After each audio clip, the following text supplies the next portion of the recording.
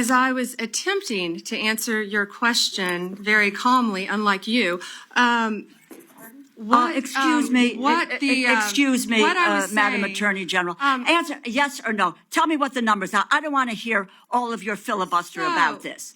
Go ahead, please. Tell us the numbers. So we are reorganizing. ATF agents want to be out on the street. Chairman, you give me a certain amount of time, and I have a high respect for you, but I don't have to listen, nor do my colleagues have to listen to a filibuster when it's a simple question. But I have an answer to your question. It's page 146 of the... The answers she won't give are louder than the ones he does. What happens when a lawmaker asks for numbers, and the Attorney General refuses to give them? Tonight, a heated exchange exposes what a proposed budget quietly takes away from gun and drug enforcement. Thank you very much, Mr. Chairman. Just a quick note before I get to my questions. Fentanyl seizures are down 30% compared to last year, and that data is coming from the Customs and Border Patrol, CBP. I don't make it up, but fentanyl seizures are down.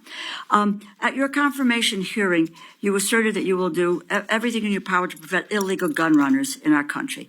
Your budget request for the Bureau of Alcohol, Tobacco, Firearms, and Explosives, ATF, proposes a cut of 26% below the current level. How can you justify such a massive cut without inevitably weakening ATF's ability to help our state and local law enforcement fight illegal gun trafficking? How many ATF law enforcement officers and industry operations investigators do you anticipate will be lost to attrition as a result of this funding reduction you're proposing? So, I am a career prosecutor, and I believe in keeping America safe, making America safe. First, what we're doing is ATF is going to be brought over with DEA. Everyone knows, everyone sitting up here, guns and drugs go together. They go together. We're going to make it more efficient. What I will tell you will not be happening is ATF agents will not be knocking on the doors of legal gun owners in the middle of the night asking them about their guns. They're going to be out on the streets. If I can finish, they're going to be out on the streets. I have three No. minutes. You asked me a question. I did. And you asked me a question. And you haven't answered answered my question. So they're going to be out on the streets working You haven't hand in hand answered my with question. DEA You to haven't violate. Mr. Chairman, I'd like an answer to my question.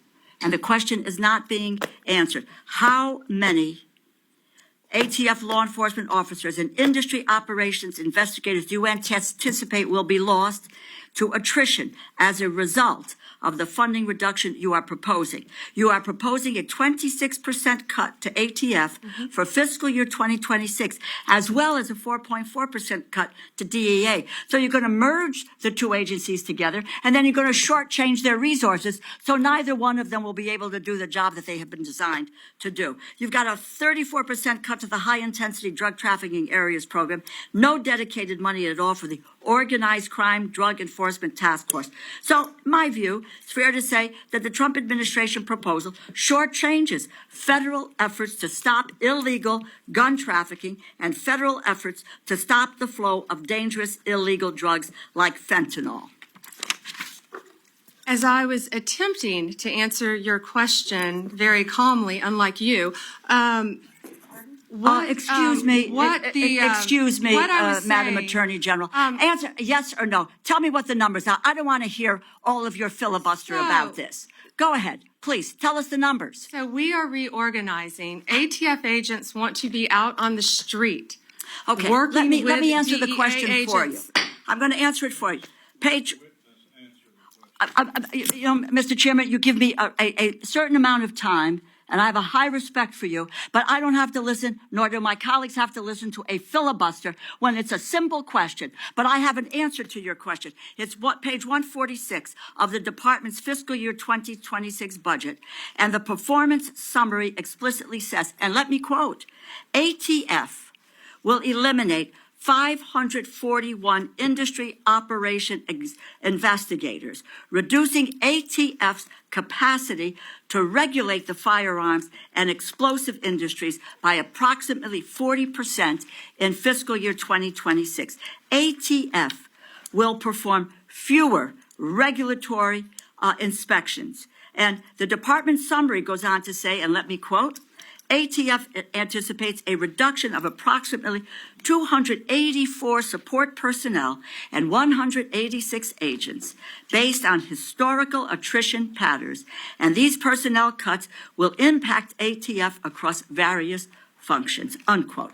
If the capacity to regulate firearms industry is reduced by 40%, if you are losing 186 ATF law enforcement agents on top of that, it is clear the direction you are headed with this budget, and that's what it is, isn't it? The proposal will weaken our ability to stop gun trafficking, and it will greatly reduce ATF support for state and local law enforcement that helps them prevent and solve violent crimes.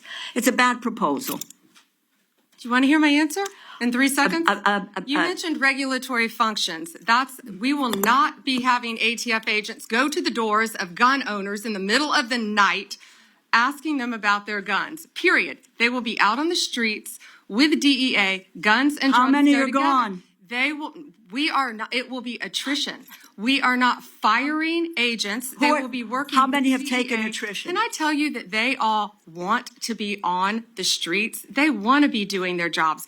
They want to be But you're getting them seizing off guns. the streets. They want You're getting to. them off We're the putting streets. them on the And- streets. and They want to be working with DEA. You are getting them off the will be streets. There is no efficient. clear, and Mr. We will Chairman, be I yield back my efficient. time.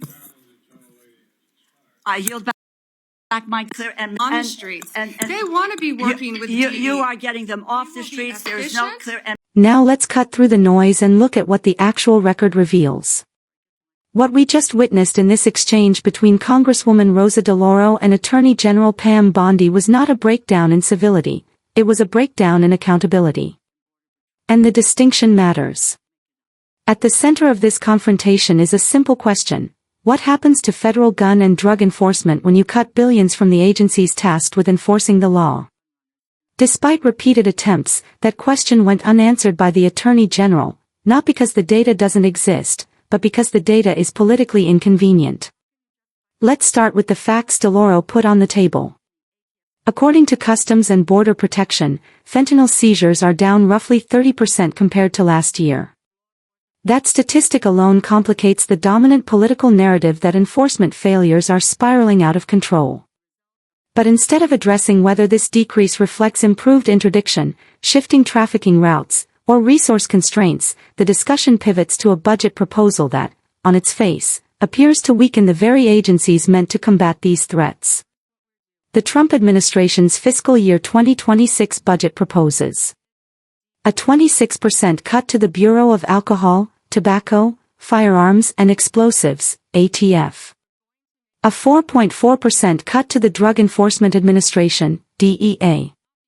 A 34% cut to the High-Intensity Drug Trafficking Areas, HITA, program. And zero dedicated funding for the Organized Crime Drug Enforcement Task Force. These are not marginal trims. These are structural reductions. Congresswoman DeLauro's question was precise and appropriate for an oversight hearing. How many ATF agents and investigators will be lost as a result of this budget? That question was asked repeatedly. And repeatedly, it was not answered. Instead, Attorney General Bondi leaned on two rhetorical strategies. First, she emphasized her background as a career prosecutor and her commitment to public safety. Second, she reframed the cuts as a reorganization, proposing a closer operational relationship, or merger, between ATF and DEA, arguing that guns and drugs go together. That argument is not new. But it is incomplete. Organizational efficiency does not eliminate the need for manpower. And merging agencies does not magically preserve enforcement capacity when funding is reduced across the board. What DeLauro was pressing for were numbers, because numbers reveal priorities. When the Attorney General insisted that ATF agents would not be knocking on doors of legal gun owners in the middle of the night, she was answering a question that was never asked. No one raised concerns about lawful gun owners being harassed. The concern was whether illegal gun trafficking would be harder to detect and prosecute with fewer investigators, fewer inspections, and fewer agents. And this is where the exchange becomes most revealing. When the Attorney General continued to avoid the numbers, DeLauro did what Oversight is designed to do: she cited the department's own budget documents. According to the Department of Justice's fiscal year 2026 budget, page 146. ATF will eliminate 541 industry operations investigators. This represents a 40% reduction in the agency's capacity to regulate the firearms and explosives industries. ATF anticipates the loss of 186 law enforcement agents and approximately 284 support personnel, based on historical attrition patterns. Those are not speculative figures.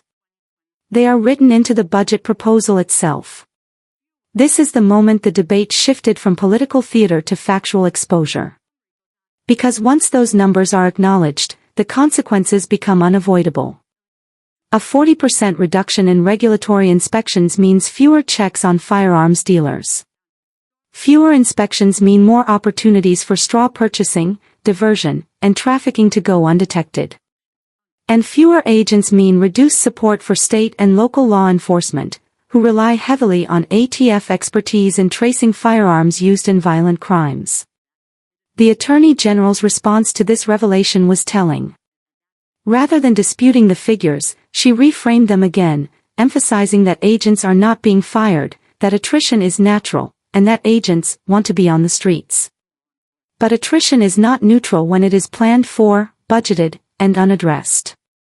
Choosing not to replace agents is a policy decision. And claiming that agents want to be on the streets does not change the reality that there will be fewer of them. This is the core contradiction exposed in this exchange. You cannot argue that guns and drugs are intertwined threats while simultaneously cutting the agencies responsible for confronting both. You cannot promise safer streets while reducing investigative capacity. And you cannot claim transparency while refusing to answer direct numerical questions during congressional oversight.